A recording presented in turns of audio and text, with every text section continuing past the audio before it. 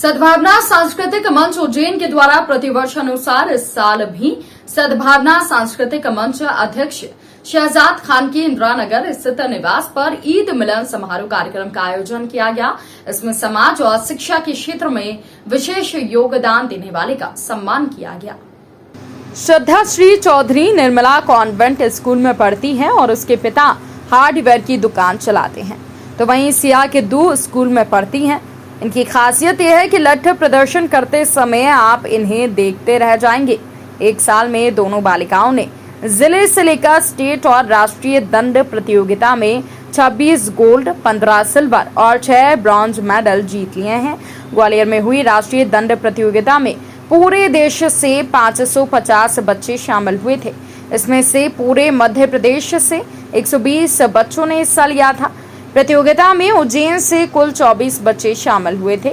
इस ओपन स्पर्धा में श्रद्धा और सिया ने 2-2 गोल्ड के साथ साथ 1-1 सिल्वर मेडल भी हासिल किया है।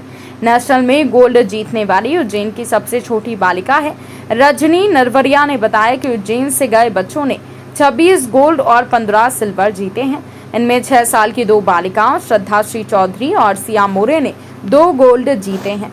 उन्होंने बताया कि हमारी संस्था 6 साल से 60 साल तक के लोगों को लाठियां चलाना सिखाती है। दोनों बालिका सबसे कम उम्र की हैं। उन्होंने बताया कि बालिकाओं को सेल्फ डिफेंस के लिए दंड सिखाया है।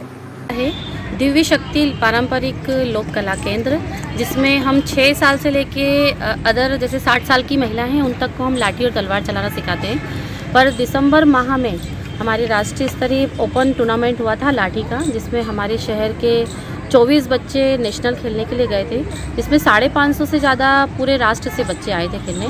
और ये प्रतियोगिता ग्वालियर में हुई थी।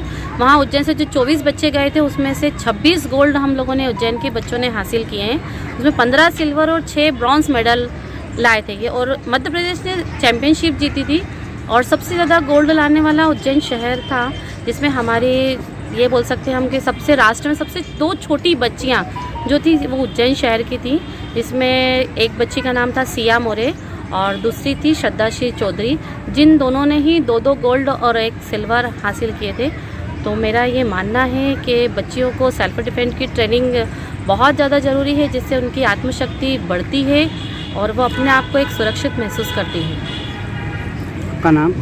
रजनी नरवरिया, दिव्य शक्ति पारंपरिक लोक कला केंद्र की मैं कोच हूँ और मैं बच्चियों को तलवार और डंडे की ट्रेनिंग देती हूँ।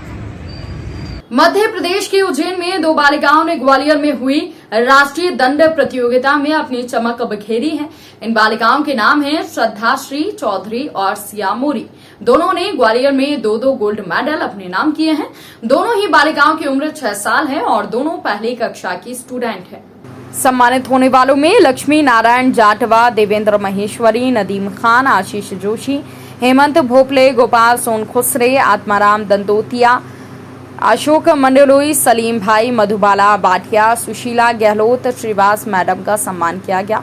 मौके पर अनिल नामदेव, कैलाश बोकड़े, महेश ठाकुर, कैलाश मालवीय, रविंद्र नागर, दिनेश शास्त्री, राजेंद्र जैन, अशफाक भाई, रफकियार खान, छोटू भाई, पंचमलाल मिटकिया, सुभाष सोनी, बामनिया, किशोर मालवीय, ब्रजमोहन मालवीय, नासिर बैग, सुरेंद्र पवार आदि मौजूद थे। कार्यक्रम का संचालन अनिल नामदेव ने किया। उज्जैन के भैरवगढ़ रोड स्थित मां बगलामुखी धाम मंदिर में सोमवार को धार्मिक पूजा पाठ अनुष्ठान आदि कर देवी का प्राकट्य उत्सव मनाया गया। भरथरी गुफा के महंत पीर योगी श्री रामनाथ जी महाराज के सानिध्य में पंडितों वैदिक मंत्रोच्चार करते हुए मां बगलामुखी देवी का अभिषेक पूजन किया गया और इसके बाद श्रृंगार कर महाभोग लगाया गया। तो शाम को ढोल नगाड़ों से महाआरती की गई। दर्शन के लिए उमड़े भक्तों को प्रसाद वितरण किया गया। रात में महाराज श्री के सानिध्य में विश्व कल्याण और जन कल्याण की कामना से मां बगलामुखी के दरबार में विशेष हवन पूजन किया गया। जयंती के अवसर पर मंदिर में फूलों से आकर्षक सजावट की गई थी। वहीं रात में रंग बिरंगी विद्युत रोशनी से मंदिर जगमगा उठा। सुबह से रात तक मां बगलामुखी के दरबार में दर्शन पूजन करने के लिए भक्तों का तांता लगा रहा। आज मां बगलामुखी माता के प्रकट दिवस है। 10वां अध्याय में 8वां स्थान मां बगलामुखी माता का प्रकट दिवस का आज का दिन है। आज रात को 12 बजे अभिषेक करा माँ बगला की माता का अभिषेक अर्चना कुमकुम गाड़ी कीर्तन शामिल होते हल्दी सबसे द्रव्य और दूध अभिषेक करवा करके फिर नैवेद्य भोग लगवा करके रात को आरती उतारा माँ बगला की माता की। फिर श्रद्धालु दिन भर बहुत सारे लोग आ रहे हैं दर्शन के लिए माँ बगलामुखी माता के। आज शाम को विशेष हवन रहेगा माँ बगलामुखी माता का। हल्दी है, सरसों है, पीले सरसों, लाल मिर्ची है, पितिंगरा देवी का बहुत अन्य जड़ी बूटी और भी है। उसे आहुति दे करके माँ बगलामुखी माता का प्रकट दिवस के दिन हवन करते हैं आज का दिवस। इस स्थान का महत्व माँ यहाँ स्थान माँ बगलामुखी माता का स्थापना करवाया गया। आज मलंग सरकार बहुत काफ़ी साल पुराना है, यहाँ पर बहुत चेतन नज़ारा है। मलंग सरकार की जो मलंग सरकार समाधि स्थल है जो समाधि है यहाँ मैं अनुष्ठान करता हूँ काफ़ी सालों से। यहाँ आना जाना 15-20 साल से आना जाना रहते हैं यहाँ पर। यहाँ गुरुवार भी पूजन पाठ करते था। फिर माँ बगलामुखी माता के मैं अनुष्ठान करने के लिए नलकड़ जाता हूँ, पर मैं ना अमावस के दिन हवन करने के लिए जाता था। मन में ऐसा माँ की इच्छा श्रद्धा माँ से प्रार्थना की माँ मैं यहाँ बाहर आने स्थापना करना चाह रहा हूँ छोटा सा। ये मन में इच्छा होगी माँ भगवती की इतना बड़ा स्वरूप में इतना बड़ा मंदिर माँ भगवती की इच्छा से होगी। शमशान भूमि में इतना ये सब तो माँ बगलामुखी माता साक्षात विराजमान भक्तों की खजाना कर रहे थे। यहाँ पर माँ हवन पूजा पाठ करते बहुत सारे लोग आते रहते हैं। यहाँ पर सभी की मनोकामना पूर्ण करते हैं। जिसने सच्चा भाव से माँ की आह्वान करके आह्वान करे बुलाए माँ की उनकी इच्छा पूर्ण करते हैं। और कौन कौन सा मंदिर यहाँ पर स्थापित है? तो स्फटिका शिवलिंग है, भारतवर्ष में 3रे नंबर है स्फटिका शिवलिंग है। तो 3 फीट का स्फटिक है, इतना बड़ा शिवलिंग है बहुत कम है। एक तो कर्नाटक में जम्मू में भी 3 फीट का स्फटिक है, बहुत अच्छा प्रभाव है। उसकी स्फटिका शिवलिंग के अभिषेक करने से रोग निवारण अच्छा है। तो भी अब नाम जाप करवा के अनुष्ठान करवा के स्फटिक करने से बहुत अच्छा रहता है। चैतन्यता लक्ष्मी को भी अच्छा है इस प्रकार से। तो वहाँ पितिंगरा देवी का मंदिर है। पितिंगरा माता की तो बहुत कम है, दक्षिण भारत में बिना चुना मंदिर है पितिंगरा देवी का। तो पितिंगरा माता मेघनाथ ने अनुष्ठान कर रहा था, हनुमान जी ने जो खंडन करवाया था ना, माँ पितिंगरा देवी है, बहुत पावरफुल देवी है पितिंगरा देवी। पितिंगरा के विपरीत पितिंगरा बहुत सारा साधना होता है पितिंगरा देवी। बताइए किस प्रकार से आज कार्यक्रम आयोजित किया गया? सभी को हर हर महादेव आदेश। आज माँ बगला का प्राकट्य उत्सव मनाया जा रहा है बगलामुखी धाम में, जिसके निमित्त संध्या में शाम को रात्रि में हवन भी चलेगा। गुरुदेव योगी पीर रामनाथ जी द्वारा इस स्थान पे माँ बगलामुखी की स्थापना की गई, जो आज संपूर्ण भारतवर्ष में माँ बगलामुखी के एक दिव्य स्थानों में से एक है। इसके साथ ही यहाँ पे आपको ज्ञात होगा कि स्फटिक के भगवान शिवलिंग की स्थापना हुई है, जो कि संपूर्ण भारत में अपने आप में एक अव्वल दर्जे की मान्यता के रूप में विकसित है। उसके साथ साथ आप जैसा देख सकते हैं कि माँ बगला के साथ साथ यहाँ पे माँ 10 विद्याओं का भी स्थापना है, साथ में माँ प्रत्यंगिरा। और माँ बगला जो है दुष्टों का नाश करती है, ऐसी मान्यता है कि माँ बगला जो है दुष्टों का नाश करती हैं।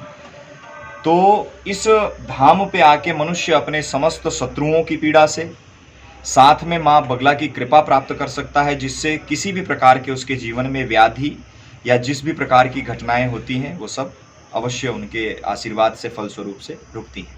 आज किस प्रकार का आयोजन आपके द्वारा किया जाएगा? आज गुरुदेव पीर रामनाथ जी द्वारा यहाँ पे हवन का कार्यक्रम किया जाएगा रात्रि में माँ बगला का। किस प्रकार का हवन किया जाएगा यहाँ पर? अब हवन के प्रकार के होते, किस प्रकार के हवन कैसे नहीं, होते? माँ बगलामुखी को मिर्ची का हवन किया जाता है, तो यहाँ भी मिर्ची का हवन किया जाएगा। देखिए किस प्रकार का हवन किया जाएगा ये गोपनीय बातें हैं, जी। इनको उजागर नहीं किया जाता है। और साथ में बाकी ज़्यादा डिटेल आपको गुरुदेव भगवान समझाएंगे तो ज़्यादा अच्छा होगा। आपका पूरा नाम बता दीजिए। मैं योगी प्रकाश नाथ। उज्जैन के देवास रोड स्थित हामुखेड़ी के रहवासियों ने आज जन सुनवाई में पहुंचकर कलेक्टर को शिकायती आवेदन दिया है। पत्र के माध्यम से रहवासियों ने मांग की है कि हमें कई वर्षों पहले 30 साल के पट्टे मिले थे, जिनकी समय अवधि खत्म हो जाने के कारण हमें काफी समस्याओं का सामना करना पड़ रहा है। हमारे द्वारा तहसील कार्यालय में कई बार आवेदन दिया गया, लेकिन आज तक कोई भी हमारी सुध लेने नहीं आया। इसलिए आज हामुखेड़ी के रहवासियों के द्वारा जन सुनवाई में पहुंचकर मदद के लिए कलेक्टर से गुहार लगाई है। आप बताएं, आप यहाँ पर आज जनसुनवाई में आए हैं, कितनी बार जनसुनवाई आए हैं आपको, क्या समस्या आपको आ रही है? हमारे आठ महीने हो चले आते आते साहब, पर वो जमीन का हमारा कुछ निर्णय नहीं हो रहा। बोलते हैं जांच हो रही, बस ऐसे बोल के यहाँ से भगा देते। कहाँ पर जमीन है आपकी? कितने परिवार वहाँ से विस्थापित किए गए? हमारे 15 लोग थे आगे, 15 लोग के परिवार में अब 250 लोग हो गए हमारे। कहाँ पर थी जमीन आपकी? सदर खजूरिया में। अच्छा, क्यों? किन लोगों ने कब्जा किया वहाँ पर? वो गुज्जर लोग ने। अब वो गुज्जर लोग, हम परसों भी गए थे तो 7-8 जने हमारे पे आ गए। तो हमने हमारी जान हमने मुश्किल से 2022 को रह रहे हैं आप लोग? किस तरीके से रह रहे हैं? चुन बाबा के दरगाह पास। वहाँ रहते हैं आप चलो, हमारी मदद करो, एक बार आओ और हमारी आके मदद करो। प्रशासन से आपने गुहार लगाई तो क्या कहना है इनका? अब ये तो कुछ नहीं कर रहे साहब, हमारा तुम ही करोगे। खेड़ा खजूरिया में आपके क्या पट्टों की जमीन थी या फिर और कुछ? नहीं, पट्टे की थी साहब, समेती पट्टा। हमारे पास सब कागज भी है, सब है हमारे पास, फिर भी हमको टेला टोली कर रहे हैं। आपका नाम बताइए। संगीता। हम जनसुनवाई में श्रीमान जी इसलिए पहुँचे कि 50-60 साल से कुछ लोग ही आमुखरी कुछ धाम में रहते हैं और इनको सरकार ने पहले पट्टे दिए थे, वो 30 साल पुराने हो गए। अभी मुख्यमंत्री जी हमारे यहाँ पे 2011 में आए थे, उन्होंने बोला इनको गोद लिया और इनको स्थायी पट्टे दिए जाएंगे। वहाँ से आदेश भी हुआ। जब आदेश हुआ तो हमने आवेदन करके हमने कलेक्टर साहब को, पटवारी द्वारा कलेक्टर साहब को दिए। जब वहाँ पहुँचने के बाद पूरे आवेदन को हमने 250 रुपये भरे। आवेदन को अकेला साहब डॉक्टर हैं वहाँ पे, सिविल सर्जन, उनके अंडर में ज़मीन है, तो उन्होंने सबको 50-80 आदमी का नाम हटा के सिर्फ 15 आदमी को, जिनमें से 4-5 तो कुछ लोग ही है ही नहीं, वो बोलते हमारे पास आओ, हम सबका काम करेंगे। तो हमारा मतलब क्या, उनके पास क्यों जाएंगे? जब हमने आवेदन कर दिए, कुछ लोग हैं, आप आओ सर्वे करवाओ, और उनका मतलब क्या, आओ हम देखेंगे। तो देखने मतलब क्या, अब मुँह से बोल दो कितना क्या चाहिए, तो भैया हम अब ये भीख मांग के भेला कर लेंगे। अब आने से क्या मतलब, उनका मतलब यही है। नहीं तो भाई सब कुछ लोग हैं, आप देखा गाड़ी में, इनको नहीं दिया। 60-65 साल के हैं, 80 जन्म ही बच्चों का हुआ। वहाँ पे 300 आदमी रहते हैं, उनके बच्चे थे, 100 परिवार हैं और कुल मिला के उनकी जनसंख्या 300 की है। वो इतने परेशानी, अब उनको वहाँ से अभी तक 100 परिवार के बीच में कितने लोगों को पट्टे की जमीन दी? क्या सिर्फ 15 लोगों के नाम दिए पटवारी द्वारा। पटवारी जी आए तो उन्हें 15 आदमी का होएगा, और बाकी जाके साहब से मिलो, अकेला जी से। पटवारी जी तिवारी जी हैं, वो वार्ड नंबर 54 आमुखेड़ी के हैं। ठीक है, आपका पूरा मेरा नाम कामता प्रसाद है, वहाँ का मैं अध्यक्ष हूँ और इन लोगों की सेवा करता हूँ। मतलब आप यहाँ पे क्यों आए? यहाँ वो सरकारी पट्टे बने थे, वो बनाने के लिए आए थे। वो वहाँ पे जो पहले के पट्टे बने हुए हैं तो वो 30 साल पुराने हो गए। कुछ लोगों के आमुखेड़ी कुष्ठ धाम में कितने साल से इस तरह की परेशानी से झेल रहे हो? अभी 50 साल करीबन तो हो ही गए हैं। तो पट्टे मिले नहीं है अभी तक, और जो जिनको देना थे वो भी कोई सर्वे करने आए नहीं, और परेशानी है वो। आपने कहाँ से शिकायत की? जी, कहाँ शिकायत कर चुके हैं इसके पहले? कहाँ यहाँ पहले भी कर चुके हैं। डॉक्टर करने भी बता दिया था, पूरा लिस्ट पटवारी करने भी दे दिया था। पटवारी साहब क्या बोले? पटवारी साहब बोले वो जो डॉक्टर तरफ से आई लिस्ट उसके माध्यम से पट्टे बनाएंगे। तो वहाँ 15 है, 15 में भी कुछ कुष्ठ रोगी है नहीं है, इस प्रकार से वो दे दिए गए हैं। अब वहाँ तो सभी लोग हैं, कुष्ठ रोगियों के बच्चे हैं जो अभी जिनको कुष्ठ रोग है ही नहीं। जैसे मैं कुष्ठ रोगी हूँ, मेरे बच्चा है, तो अब वो उसके लिए क्या होगा, कहाँ जाएगा, मतलब कहने का ये है। तो इसी प्रकार से 100 परिवार है मतलब उसमें। तो कुछ मोहनलाल लूणी। माधव क्लब स्थित इंद्र प्रकाश भार्गव तरणताल पर उज्जैन जिला तैराकी संघ और श्री माधव क्लब के संयुक्त तत्वाधान में आयोजित एडवांस स्विमिंग कैंप में नगर के 50 बच्चों ने भाग लिया। जिला तैराकी संघ के अध्यक्ष कुतुब फातिमी और अंतर्राष्ट्रीय पदक प्राप्त तैराक खिलाड़ी दिलीप जोशी बाबा ने बताया कि श्री माधव क्लब के सचिव शैलेश कलवाड़िया और क्लब के स्पोर्ट्स सेक्रेटरी राजेंद्र खंडेलवाल के विशेष सहयोग से उक्त कैंप सफलतापूर्वक संचालित हो रहा है। 7 वर्ष से लेकर 14 वर्ष तक की आयु के बालक बालिकाओं को NIS कोच हरीश शुक्ला, पूर्व राष्ट्रीय पदक प्राप्त तैराक सुनील पारिक, राजेंद्र सिंह चौहान, अमित यादव के कुशल मार्गदर्शन में तैराक खिलाड़ियों को आधुनिक स्विमिंग स्टाइल सिखाई जा रही है। आज बच्चों को संबोधित करते हुए क्लब के स्पोर्ट्स सचिव राजेंद्र खंडेलवाल ने कहा कि खेल में नियम और अनुशासन बहुत महत्वपूर्ण है। जिस खिलाड़ी ने इसका पालन किया उसे सफलता मिलना निश्चित है। संचालन कुतुब फातिमी ने और आभार दिलीप जोशी बाबा ने किया। बताइए सर, आज माधव क्लब में किस प्रकार की एक्टिविटी बच्चों ने की है और क्या? माधव क्लब में बच्चों को हम एक्चुअली कंपटीशन के लिए तैयार कर रहे हैं। या हम इनको टेक्निकली सब वो सिखाएंगे, चारों स्ट्रोक सिखाएंगे इनको और आगे कंपटीशन के लिए तैयार करेंगे बच्चों को। आज कितने बच्चे यहाँ पहुँचे थे और क्या? आज करीब 150 बच्चे करीब हैं। आज कितने दिन तक ये कंपटीशन सिखाया जाएगा और 10 से 25 तारीख तक कैंप लगेगा और माधव क्लब के तत्वाधान में लगेगा कहीं। माधव क्लब और अपने स्विमिंग एसोसिएशन। आपका पूरा नाम बता दीजिए। मैं हरीश शुक्ला, स्विमिंग कोच। उज्जैन में प्रति मंगलवार होने वाली जन सुनवाई में घटिया में रहने वाले कालू सिंह अपनी समस्या को लेकर जन सुनवाई में पहुंचे।